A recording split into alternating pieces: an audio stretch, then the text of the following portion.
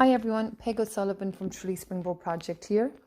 Today I'm going to bring you Module 6 Part 1 of the Scared Kids programme from Anoka Learning and Dr. David Coleman. And I'm going to look at, in Part 1 today, I'm going to look at helping children to scale their level of anxiety and get you to understand that how you as a role model affect the children's or the teenagers' anxiety levels and creating body awareness. So that the child might be able to manage the anxiety when they know the physical symptoms in their body. So the scaling question. So basically, it's very useful if children have some sort of a guide as to the level of their anxiety. So what works for me when working, especially with teenagers, this can be used with small children as well, is the scaling question. So you would ask them on a scale from 1 to 10. So 10 being really high state of anxiety and 1 being quite relaxed, little to no anxiety. Where would they place themselves? And we can use this number then to see situations where the number might get lower or where the number might get higher. And this method allows the child to judge their own levels of anxiety.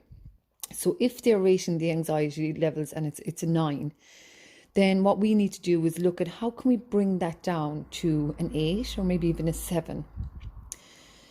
So Dr. David Coleman states that in order for a child to be able to do any sort of behavioural experiment, which I'll talk to you about that in part 2 of this, but the child would need to be at like a 4 or a 6. So once the child gets on to around a 4 or a 6, this gives us a good guide that they might be ready to maybe look at the anxiety and do a little experiment around challenging that. Again, that's going to be in part 2.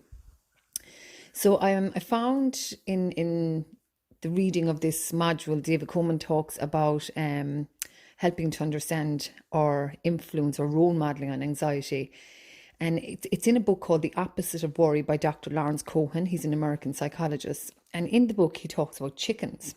So bear with me.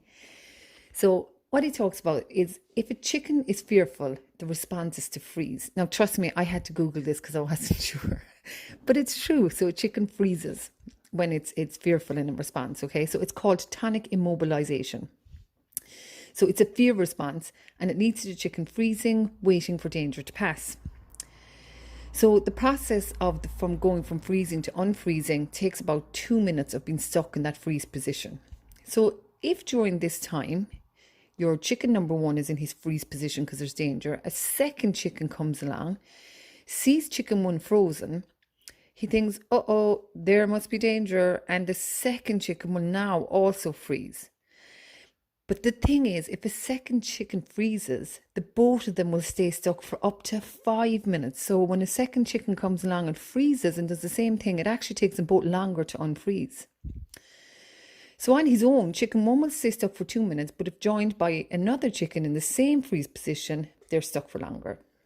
However, if this second chicken came along and just chilled out, pecked away, minded his own business, nice and calm, it sends a message to the first chicken that maybe there is no danger after all, and so the first chicken can then unfreeze almost straight away. So that gives a lovely little analogy as to how important our actions are on approaching a child or a teen with anxiety. So if we approach a situation from a very anxious place and, oh my God, what happened? What's wrong? Oh, and we're kind of a little bit out of control ourselves, then we're just adding to their anxiety and they'll stay anxious for longer. So the key is to try and approach it from a very calm and grounded place as the adult. So you might say to the child or the teenager, gosh, you look really anxious right now, but look, do I look anxious or scared? And let's look and see if we can just regulate and do some breathing, and we can talk about the situation then. So approaching it like that, the child sees you're not anxious or scared. That sends a message to them that, well, maybe there isn't any danger, and gives them a little bit of reassurance, and it just allows them to regulate themselves quicker. So when I talk about regulating and going back to doing the mindfulness, your belly breathing, getting the child to stand on the ground and just feel their feet on the ground, look at you in the eye so you can reassure them. So that goes to show how we as adults have an effect on our children's anxiety. So the calmer you are in approaching it, and it's the same for any adult. If you're approaching an anxious adult about something and you go into a heightened state of anxiety, then the two of you are anxious. But coming at it from a calm place, approaching them from a calm place, maybe even doing some logical work with them, you know. So another way we can help children manage anxiety is actually through physical activity. So we go back to the session within the brain where the brain perceives it's in danger, sends out a signal, fight or flight, and adrenaline pumps through the body. So when the adrenaline is pumping through the body during an anxious state, you may see a child has more hyped up behavior. So this is a physical symptom. And so the use of movement and exercise can help just take the edge off of that.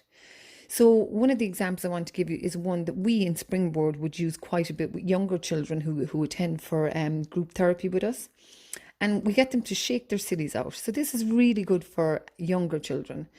So what you get them to do is tell them they need to shake out all of the energy that's in their body. Some of them describe it, if you ask them, like their body goes fizzy. So what we would do is we'd get them to shake out their arms really, really fast, move their head really, really fast, and shake a leg, each leg. And then we also use a method called, it's the stiff tin man, and then going into a flappy teddy. So you'd get the child to tense up their arms, tense up their face, scrunch their face up, really, really squeeze their legs, squeeze everything really, really tight, squeeze, and then flap like a flappy teddy. And you'd get them to relax everything and maybe even flap their head down towards the ground. And then you get them to squeeze everything like a big stiff tin man again, squeeze their face, squeeze their legs, and then let go and flap like a flappy teddy. So that's a really good way. And you can use it with teenagers by saying, look, just squeeze your fist really, really, really, really tight and try and hunch your shoulders up into your ears and ball your toes together, and now let everything go. And just what does it feel like to leave everything go? And you might get them to repeat that 2 or 3 times. So that's a really good exercise for helping them to understand the difference between the tension and the relaxation. So I'm going to leave that there for today. So that's your today's session, and I'll do part 2 of that tomorrow, which will be understanding likely ways that a child manages their anxiety and how we might use behavioural experiments.